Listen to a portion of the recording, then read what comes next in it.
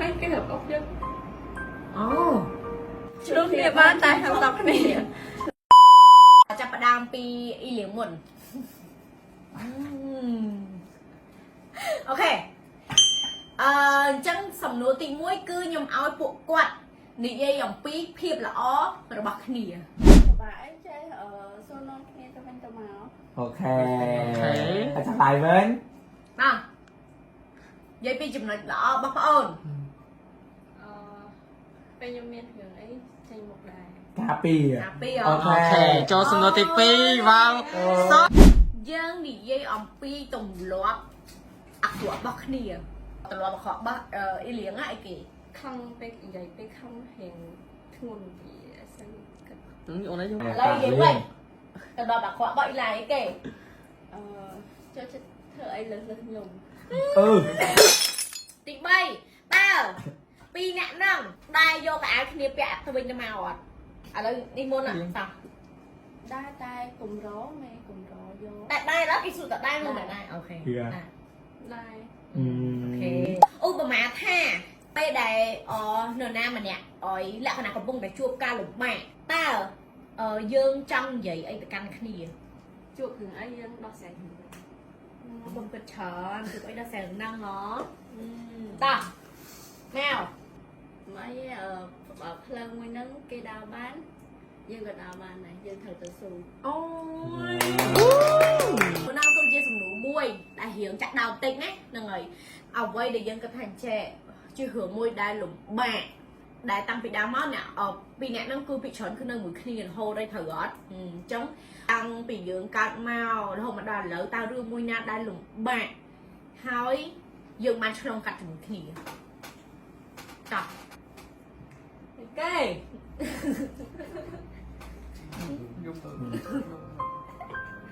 không giúp anh như này đó មួសេនៀត អូខេ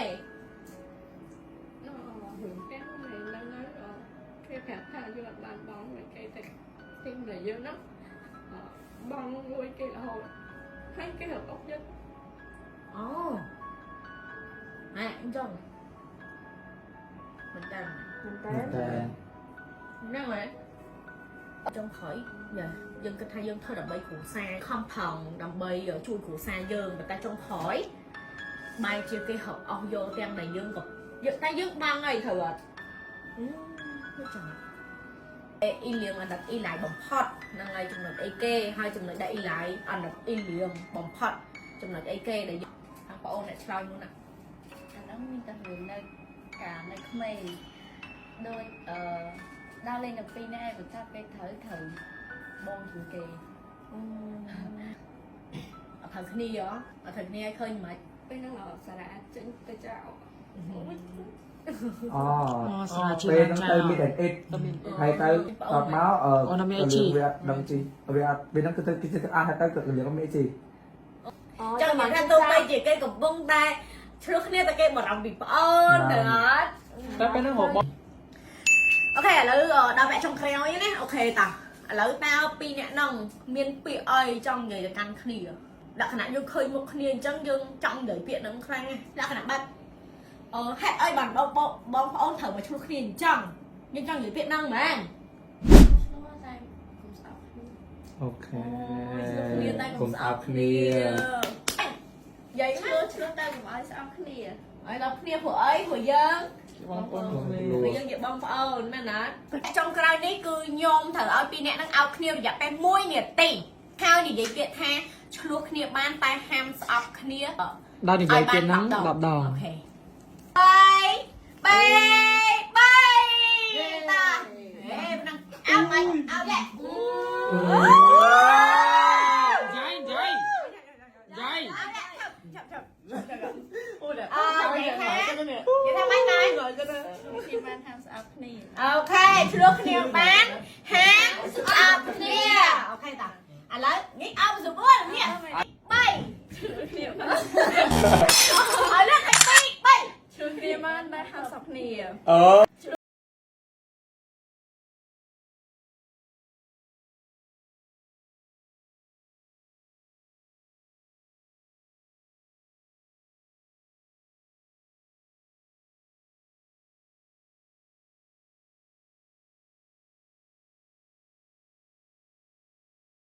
ឆ្លុះគ្នាគេក៏បានត្រូវរើគ្នាឥឡូវជាយាកមកនិយាយអំពីកមួនឆ្លុះគ្នាជាមួយនឹងមុនសាច់វិញម្ដងអាមុនហ្នឹងអ្នកណាក៏តែងតែមានដែរជួនកាលយើងមិនចាប់អារម្មណ៍ទៀតហ្នឹងដោយសារអ្នកខ្លះក៏សបោអ្នកខ្លះវិញដូចខ្ញុំអញ្ចឹងខ្ញុំអត់សូវសបោទេហើយមុខខ្ញុំគឺស្ទើរតែគ្មានតែម្ដងតែគ្រាន់ថាថ្ងៃហ្នឹងគឺវិច័យដនណាមួយគឺមុនហ្នឹងយើងអត់ចាប់អារម្មណ៍ទេជួនកាលវាមានមួយគ្រាប់ពីរគ្រាប់នេះតើអ្នកឃើញខ្ញុំប្រើកមួនដើម្បីរីមូវប៉ុន្តែអ្វីដែលខ្ញុំ surprise